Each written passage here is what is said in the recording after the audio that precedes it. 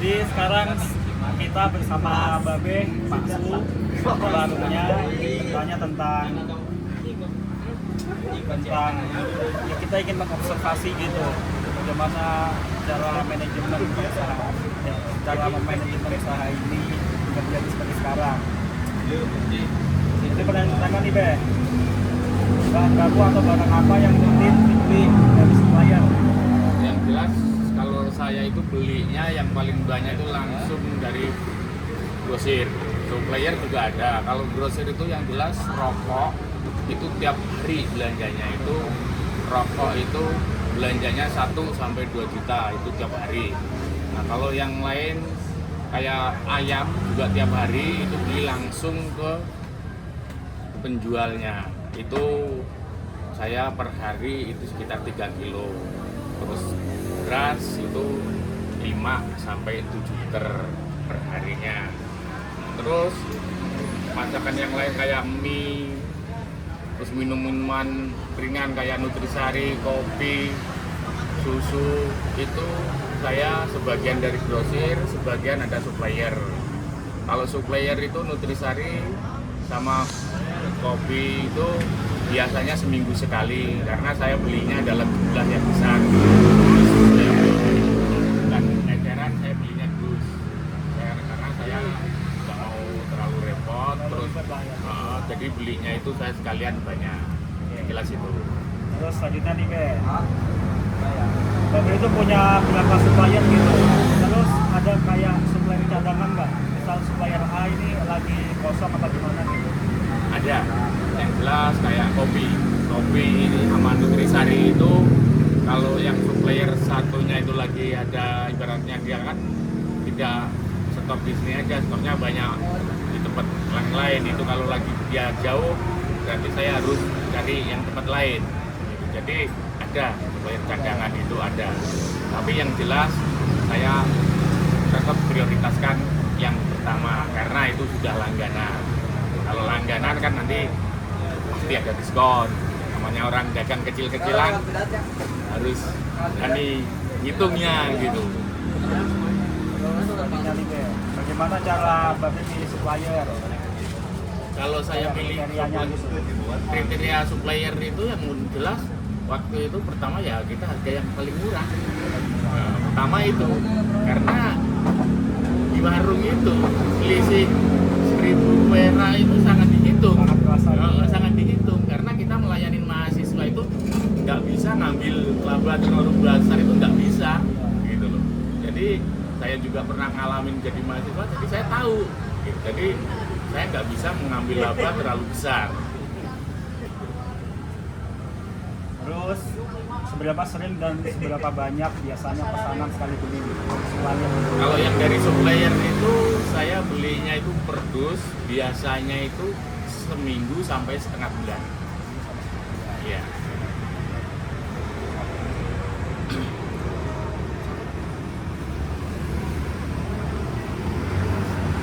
Oke. Sekarang saya akan bertanya soal ini operasional dan stok. Pertama itu bisa nggak Babe itu ceritain alur proses produksi atau layanan penjualan dari awal sampai jadi? Itu yang makanan berat atau minuman ringan? Mungkin dari makanan berat deh.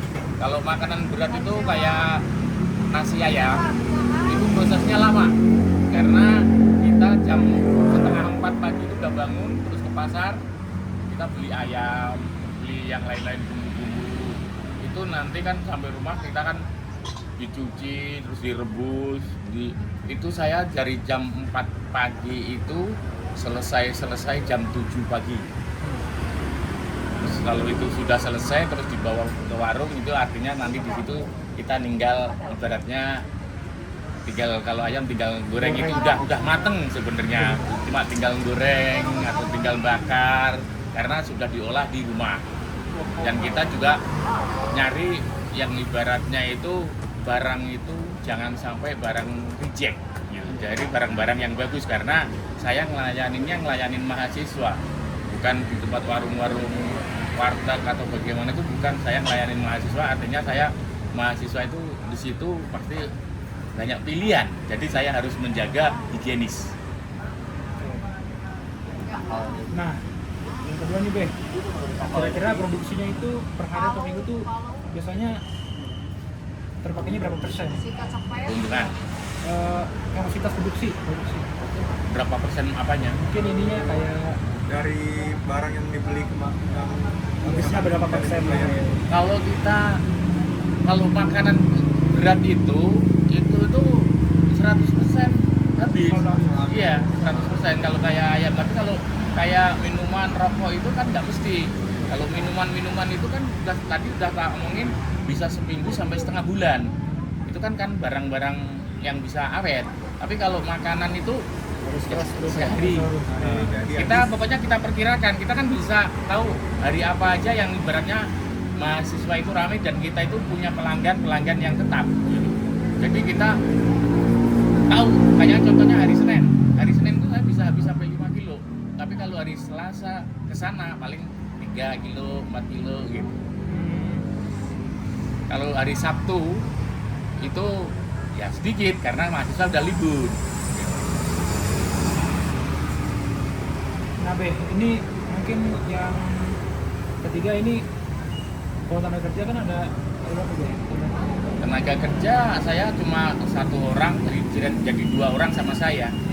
Jadi saya punya ibaratnya itu yang membantu saya itu 1 orang, terus saya jadi 2 orang. Jadi kalau 1 orang nggak mampu di sini, harus 2 orang minimal itu. Jadi kalau 1 orang jelas nggak mampu gitu aja. Mungkin ini yang terakhir nih Beh, untuk di bagian operasional. Yang terakhir itu, apakah pernah ada proses yang sering terhambat? Itu biasanya di bagian mana tuh biasanya? Kalau menurut saya yang paling sulit itu sebenarnya itu ya yang sering terhambat itu biasanya kayak minuman ringan yang ibaratnya habis stok tidak ketahuan. Nah, itu kan kadang-kadang kan saya kira itu stoknya masih ada di dus, ternyata begitu kita lihat habis. Nah itu kan nggak bisa kita itu mendadak, itu nggak bisa kalau kita lewat supplier, terkecuali kalau kita mau ke grosir. Kalau mau ke grosir langsung dapet, tapi harganya masih agak murahan ke supplier.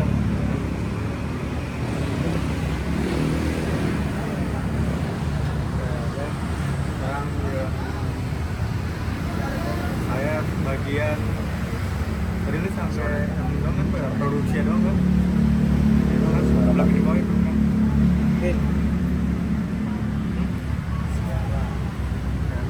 Sekarang saya mau nanya tentang manajemen persediaannya Be. Jadi Babe tuh gimana cara catat stoknya gitu Be? Saya nyetroknya itu manajemen resikonya itu yang jelas. Kalau masalah rokok kan yang kelihatan mata itu tiap hari itu kan saya lihat. Nah begitu nanti mau belanja itu yang jaga warung itu juga dia ngomong apa aja yang habis, terus stoknya masih berapa, terus apa aja stoknya yang disimpan itu masih berapa persen, kekurangannya apa. Nah di situ nanti ketahuan. Jadi tiap hari, setiap sebelum tutup itu kami periksa apa aja stok yang nggak ada. Jadi ketahuan tiap hari itu. Terus biasanya Babe punya kayak waktu tertentu nggak buat mesen ulang bahan baku gitu? Harus ada, karena kita termasuk warung saya kelola secara modern, artinya manajemen saya itu saya pakai. Karena kalau saya tidak pakai manajemen, saya cuma asal-asalan, warung itu bisa bangkrut. Jadi saya walaupun warung kecil, saya tetap menggunakan ibaratnya manajemen itu tetap gunakan. Karena ya sedikit banyak saya dulu pernah kuliah, jadi tahu manajemen risikonya, manajemen saya tahu walaupun hasilnya sedikit, berapa persen saya ngambilnya. Yang penting saya nggak rugi antara ibaratnya buat bayar pekerja, buat keuntungan pribadi itu berapa, itu udah kalkulasi semua. Terus lo pernah nggak sih kayak kelebihan stok gitu Ben? Overload. Saya kalau kelebihan itu ya namanya orang usaha kadang-kadang ya nggak sesuai yang kita perkirakan. Kadang-kadang itu gini, suatu contoh saya beli Nutrisari itu yang seharusnya per minggu itu habis kadang-kadang sampai setengah bulan karena ya namanya orang beli ya nggak mesti itu tadi. Jadi kelebihan stok. Tapi walaupun kelebihan stok aman karena jangka waktunya itu kalau kayak minuman-minuman itu masih panjang gitu. Berarti nilai kerugiannya Nggak ada, kalau kerugian nggak ada karena kita itu pasti habis gitu. Kalau kerugian nggak ada, masalah minuman, masalah kalau mungkin kalau kerugian kalau ayam kayak makanan berat itu nggak habis, resikonya apa? Kalau saya terang-terangan daripada tak buang, mending tak sodakoin. Jadi tak sodakoin juga bukan barang jelek. Saya nggak mau kalau sodakoh itu barang jelek, harus barang bagus. masih segar lah ya. Pokoknya mas barang bagus, nggak bakalan saya barang jelek saya kasih ke orang, rusak saya. Ya sono Bang. Itu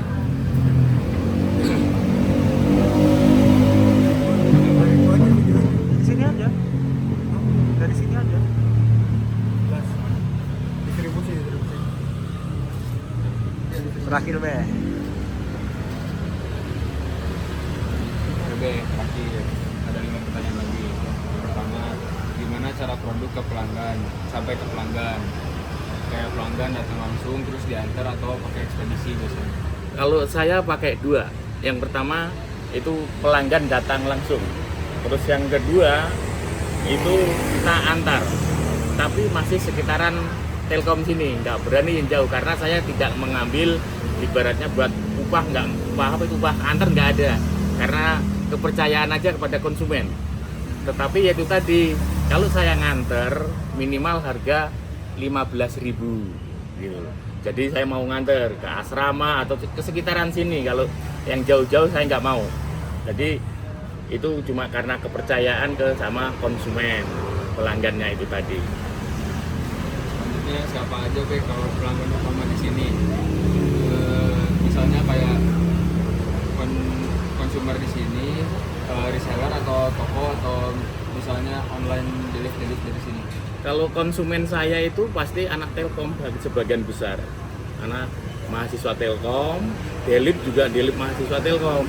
Kalau orang luar juga ada tapi sedikit, persentasenya itu pokoknya kecil. Yang jelas utama kita melayani mahasiswa Telkom. Selanjutnya Be, berapa lama biasanya dari pesanan masuk sampai barang diterima sama pelanggan yang biasanya delivery? Kalau Delip itu yang jelas kita itu semua itu kan tergantung pas rame atau tidak gitu. Artinya ya tetap kita utamakan karena kan sini ada 2 orang. Kalau emang ngelayanin Delip terus di sini ada kan kita bagi tenaga kerja gitu. Jadi insya Allah tidak lama Delip juga. Selanjutnya Be, pernah ada komplain pelanggan nggak soal misalnya pengiriman, misalnya barangnya nggak sesuai makanannya atau terlambat atau salah kirim? Tidak, yang jelas semua tepat sasaran dan tidak ada komplain karena mereka juga udah tahu mungkin warung saya itu kayak apa, udah tiap hari langganan di sini, jadi selama ini saya belum pernah dapat komplain. Yang terakhir Be, Babe ada rencana buat ekspansi ngirim ke daerah lain selain daerah Telkom atau enggak? Kalau itu dalam benak saya pengen buka warung yang lebih besar, tetapi mungkin bukan di sekitar Telkom, mungkin di sekitar Telkom tapi agak jauh. Yang jelas di dekat jalan raya, saya lagi cari tempat untuk buka usaha karena saya juga udah tua, udah nggak kerja di pemerintahan. Mungkin sekarang saya pengen usaha warung makan setelah saya tahu mungkin saya mau buka yang lebih besar. Itu aja Be. Terima kasih. Ya, makasih. Makasih, Be.